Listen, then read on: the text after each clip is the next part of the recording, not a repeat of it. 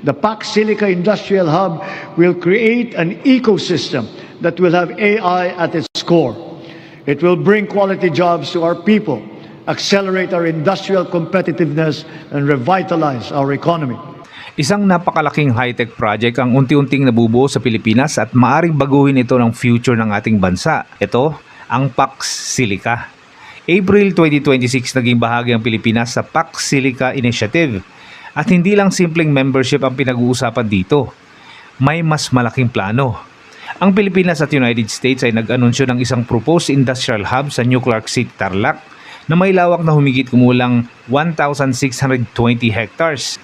Isang napakalawak na lugar na maaaring maging sentro ng high-tech manufacturing at iba pang industries na konektado sa AI at semiconductor supply chain. Pero sa ngayon, mas interesado ako kung saan itatayo ang PAC Silica. Ang video natin ngayon ay sisilipin natin ang mga lugar kung saan maaring itayo ang proyekto. Sa araw na ito ay kasagsagan ng habagat at wala ring humpay ang ulan dito sa Central Luzon. Pero alam nyo bang masarap mag-off-road motorcycle ride pag umuulan? Kaya samahan nyo ako at pasadahan natin ang ilan sa mga sitio ng Barangay O'Donnell sa Capas, Tarlac kung saan napabalitang itatayo ang industrial hub ng PAC Silica. Gawin na natin submarine si Rusa. Pwede naman. Kahit si Aquaman magre-reklamo dito eh. Engine wakes, the quiet dawn, no map, no path I'm riding on. Good morning guys, alas 10 ng umaga. At ngayong araw ay sisilipin natin yung part ng ginagawang PAC Silica dyan sa may Capas, Tarlac.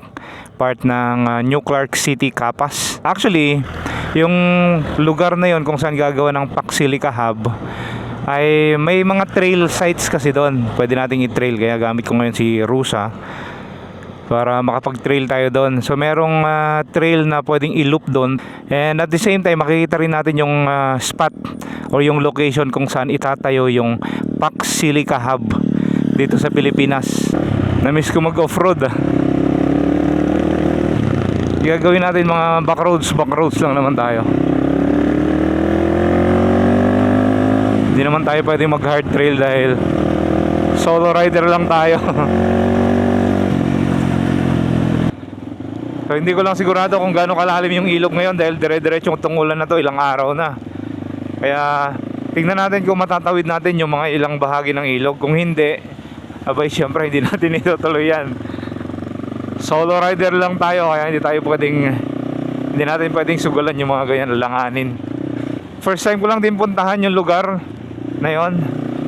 Bale, Barangay O'Donnell yung pupunta natin. Pero sa may paanan na ng bundok yung location ng mga sitio niya. And by the way guys, meron akong napanood na interview kanina mula sa presidente at saka CEO ata ng Base Conversion Development Authority o yung BCDA. Ang trabaho nila ay i-develop yung dating base militar ng mga sundalong Amerikano dito sa Pilipinas, katulad ng Clark Clark Pampanga, at saka dito ngayon sa bagong New Clark City, Camp John Hay sa Baguio. Sila yung responsible doon sa pagpapaganda at pag-develop para gawing business district kumbaga. At isa sa mga program na isinusulong ngayon ay ang pagtatayo ng PAC Silica.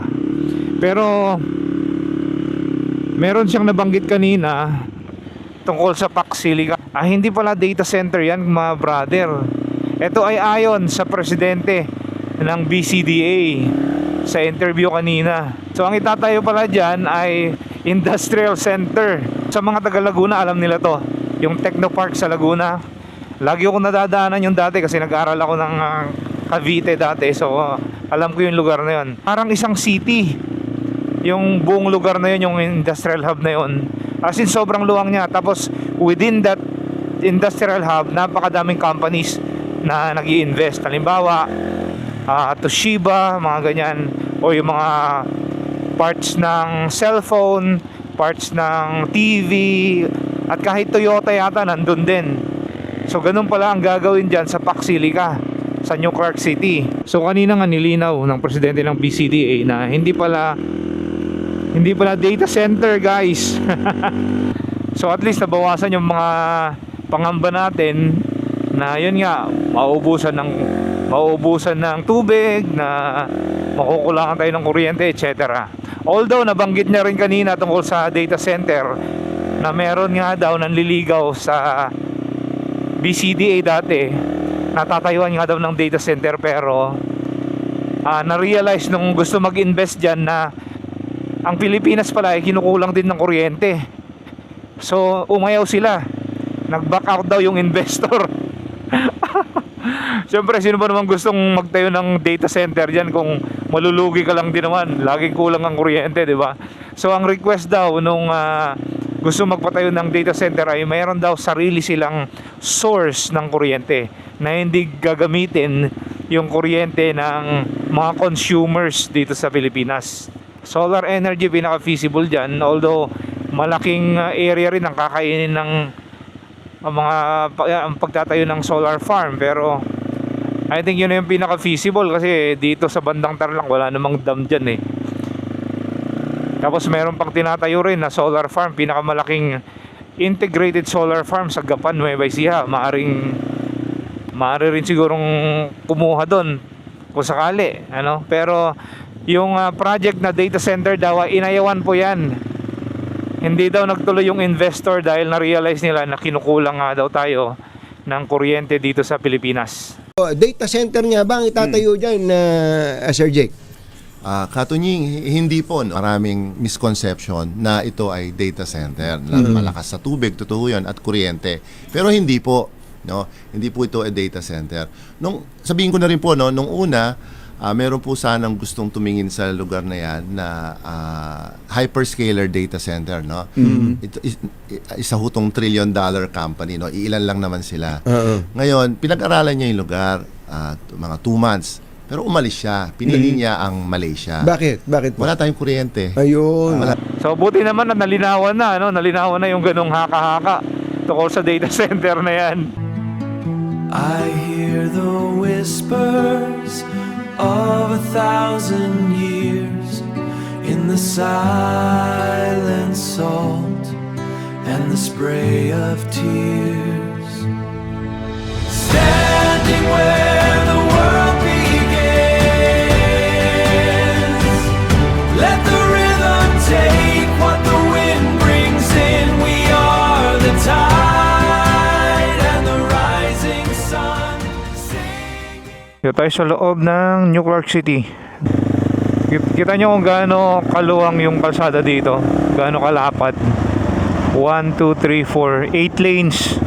So sa bandang kanan natin dito, nandyan yung main road at nandyan din yung kampo ng sundalo. So part ng maapektuhang barangay ay Barangay O'Donnell. Ayan, apektado yan. At saka may iba pang barangay dun sa baba. Parang madulas to ah. Ang ganda. So kung mapapansin nyo itong lugar na to, mabato. Ayan o, yung mga burol-burol na yan, gawa sa bato yan. Hindi ko lang sigurado, I think volcanic rock ata to mga to eh. Parte dito may mga farm ako nakikita. Ayun, mga nandun sa baba. Farm ng palay ata yan. Tapos may mga tanim na mga saging. Ayan, palay din pala dito sa kaliwa. Tapos farm ng mangga.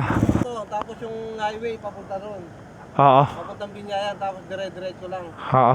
Sabi sa akin ni Sir, dito daw ay solar naman ang itatayo. Solar power plant. Napakaganda ng kapaligiran dito kung nakikita nyo sa drone shot.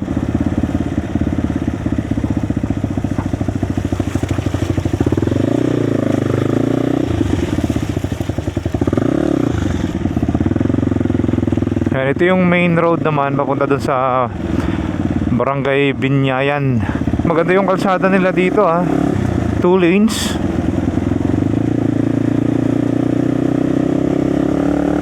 Oh, meron pa manggahan dito rin. Maapektuhan din to malamang balang araw.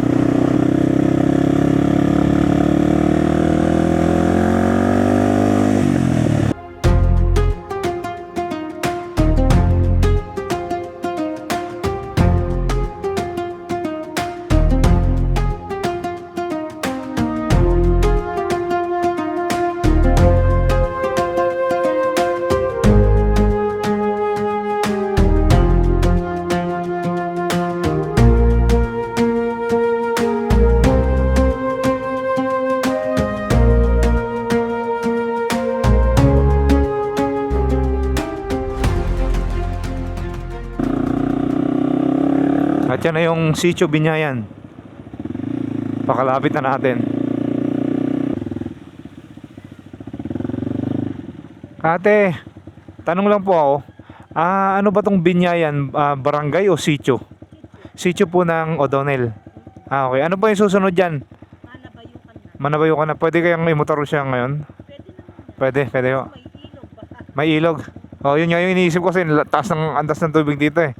Pero subukan ko lang tayo. Thank you. So tama, sitio nga to. Hindi siya barangay. Pinakonfirm lang natin. Unang tingin pa lang ng ilog dun sa may Tarlac City, antas ng tubig. So wala na tayong aasahan pagdating sa ilog na yan. So timingan na lang natin yung walang ulan na ganito, parang ganito ngayon. Papalipad tayo ng drone para makita nyo yung lugar. Maganda tong lugar na to eh. Kahit sa mapa. Kasi tinecheck ko to sa mapa. Ang ganda niya. Pagdating naman sa ilog mamaya, magkabila ang bundok na yun. Makikita natin both sides habang binabaybay yung ilog. Padiretso na to papunta sa susunod na sitio. Sitio Manabayukan. Yun ang target natin. At doon actually mula sa sitio na yon, doon magsisimula yung river crossing na sinasabi ko. Kuya, kamusta yung ilog dyan? Kamusta yung ilog? Mataas na.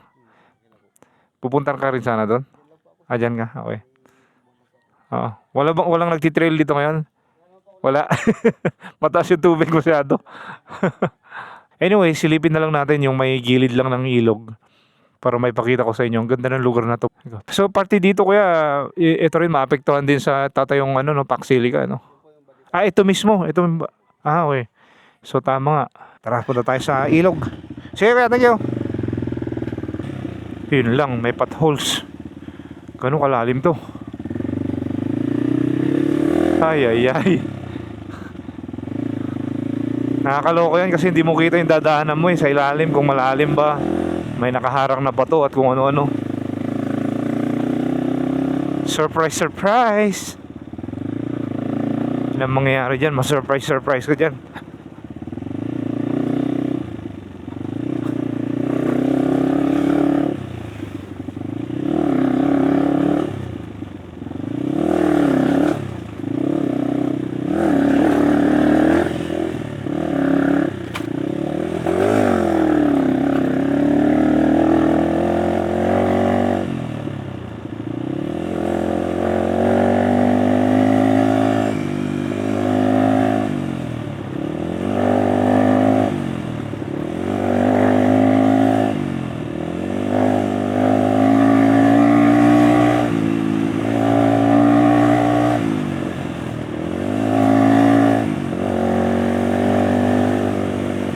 Sarap. Yeah, man.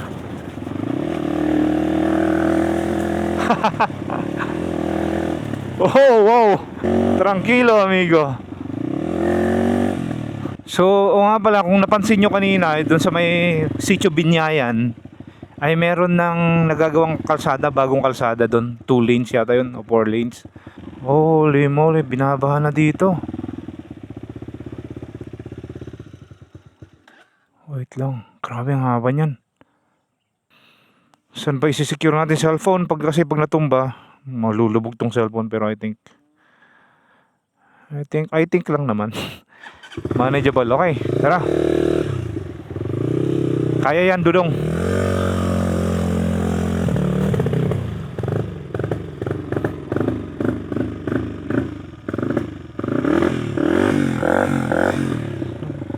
Lubog ang lalim niyan. Huwag lang mabasa yung air filter.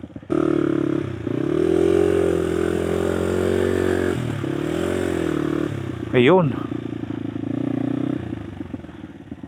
Merong XRM dito. Baka iniwan na lang dito dahil di makatawid dyan. Malalim nga pala dyan.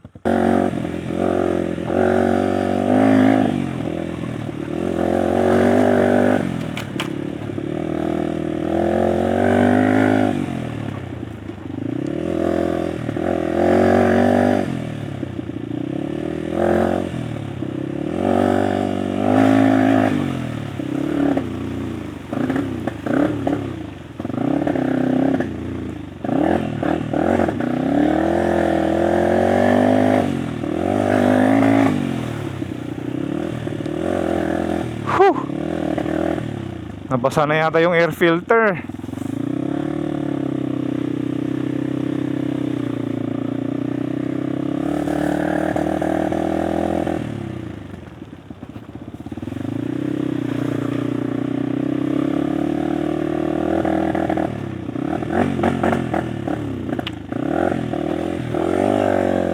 Wala na, palyado na.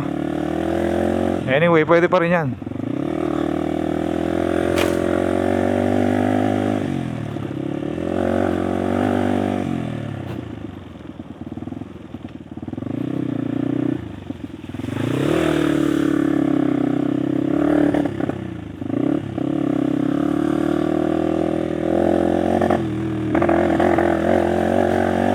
Yeah. Oh. Yeah. Yeah.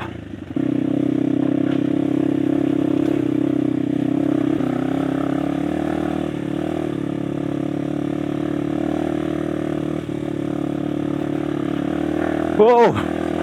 Come on.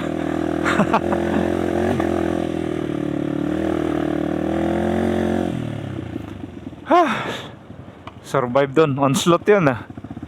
Ganda dito oh.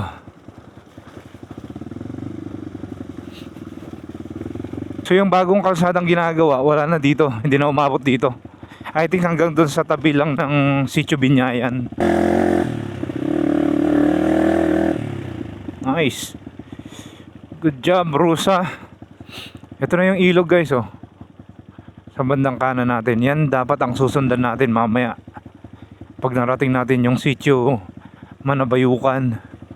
Ngayon kasi dumadaan pa lang tayo dito sa gilid ng bundok. Kaya wala pa tayong river crossing. Kumbaga hayahay pa to.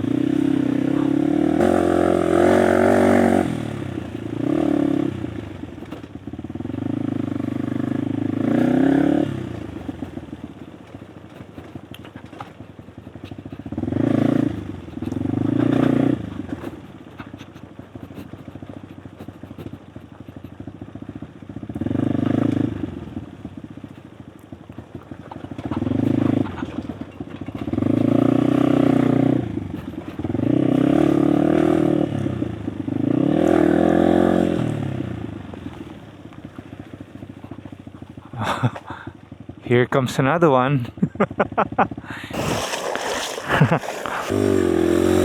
Oh my God. Grabe lubog. Tanggalin muna natin yung tubig sa tambucho. Ang lalim. Saglit lang naman yan. Ito yung surrounding areas ng matatayuan ng hub kung matutuloy man. Anyway, tumigil na ang ambon at ulan. Tara, timingan natin to, palipad tayo dyan.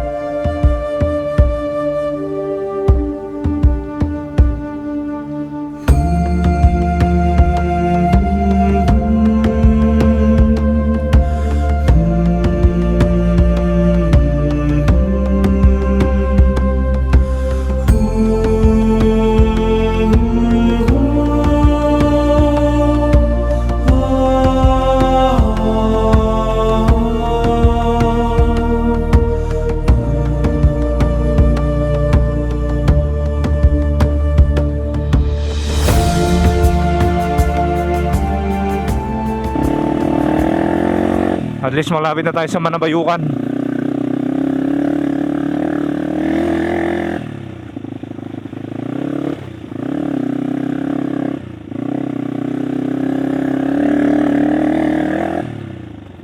Palyado na. Palyado na. May tubig yung gasolina natin.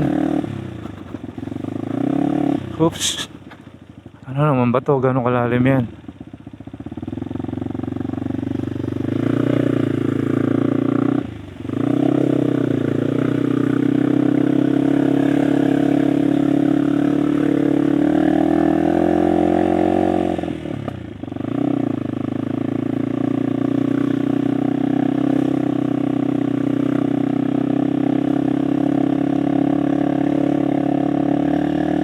Ito na naman, oh, after 2 minutes, sumulan ulit. Kaya, so dito halos wala ng ano, mga taniman ng palay, no? Banda rito sa taas. Wala na. Bali dito lang sa Binyayan, meron. Hindi ba kayo nagtatanim ng palay dito? Okay. Pero may tanim din kayo sa bundok, ganun? Pero yung kalsada na ginagawa dyan bago mula sa Binyayan, hindi pa umabot dito? Di ba may bagong ginagawa doon sa tabi ng ano? Kinausap din ba kayo ng ano, ng BCDA? Ano daw yung talagang maapektuhan na sitio? Pero hindi naabot doon sa may Kawayan, sitio Kawayan. Seryoso? Ang layo na nun, ha? Parang sa Crow Valley. Ipaikot doon. Tapos pababa ng Santa Juliana. Hanggang doon daw aabot. May nakausap tayong isang katutubo dito, isa sa mga residente. Taga Manabayukan. Sitio Manabayukan. Ayun, Manabayukan. Sabi naman hindi naman daw maapektuhan yung barangay nila, yung sitio nila. Hindi naman daw sila mapapaalis. Pero syempre yung surrounding areas na pinagkukunan nila ng pananim nila, ng pagkain nila, maapektuhan. Kasi may mga tanim daw silang gabi at kung ano-ano dyan. Hindi mo lang ako binigyan ng kahit 2 minutes man lang nung ulan kanina. Wala pang 1 minute yung palipad ko, umulan agad. Sana hindi masira yung drone. Basang-basa yung drone eh.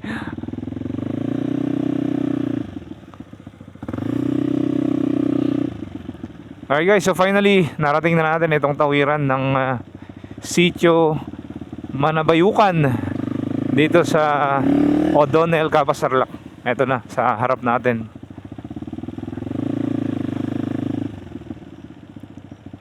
Ano, gawin na natin submarine si Rusa?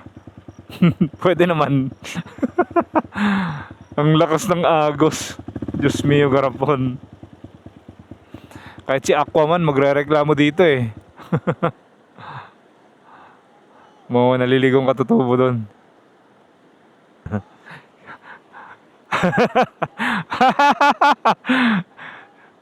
Dan? Okay. Sinisenyasan ako. Kung tatawid daw ba ako, sabi ko lang magsuswimming ako. Hindi. Kasi sanay na sila sa mga nagtitrail dito. Pag may nakakita silang mga gantong motor, mga trail bike, sanay na yung mga yan. Actually sila lang din naman tumutulong dito kapag may mga tatawid, mga ganyan. May tumatawid, may tawiran nga yata dun sa taas. Subukan natin puntahan. May mga tao dun, oh. Wala na. Grabe, taas. Saan kayo dumadaan pag tumatawid kayo? Direct langoy na lang dyan? Saktong-sakto pagbaba mo doon na. Ito ang pangalawang sitio dito. So una, Binyayan. Pangalawa itong Manabayukan. Anong susunod na sitio na sa taas? Flora, yan. Flora. Tapos Kawayan na yung pinakadulo. Mga katutubo kasi, usually sa kanila, tatanim nila dito yung mga gabi, mga ano ba tawag doon, kamoting kahoy, yan sila. Yan ang style nila.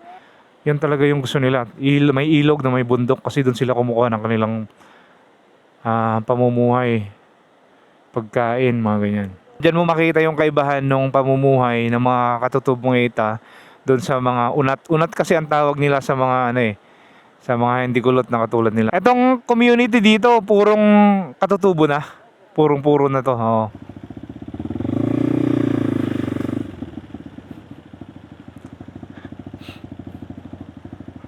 Abot din pala to ng tubig pag tumataas, oh.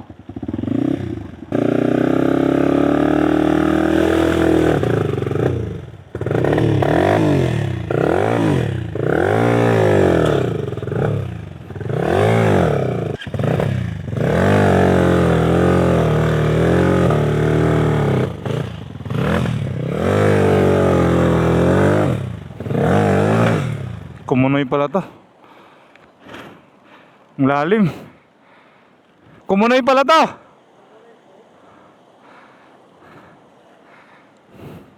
Pero meron akong akyatan dyan pagkabalik.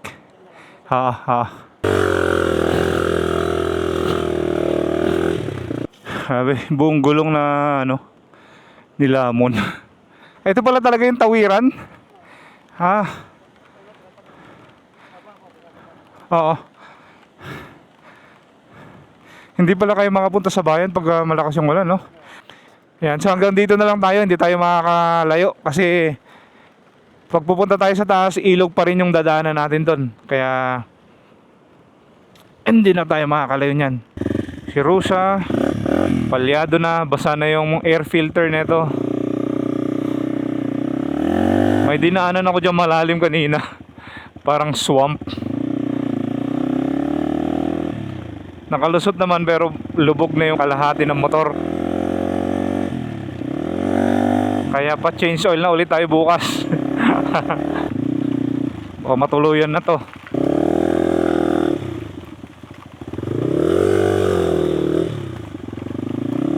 Lusot tayo dun.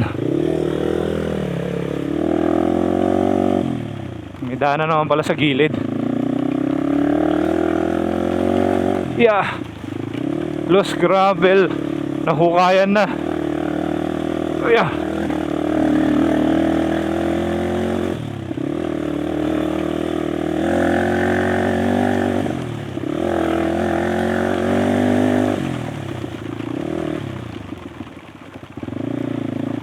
Oops. Oops.